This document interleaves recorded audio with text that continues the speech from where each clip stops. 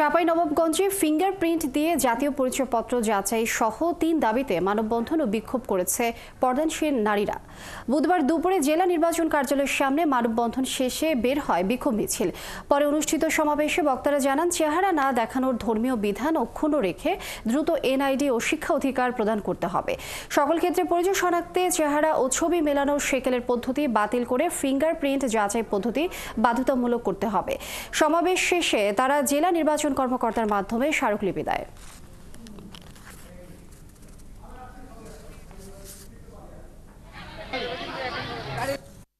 দাবি হচ্ছে আমাদের যে পর্দানশীল নারীদের জন্য যে এনআইডি কার্ড, এটা হচ্ছে ছবি ছাড়া করার জন্য।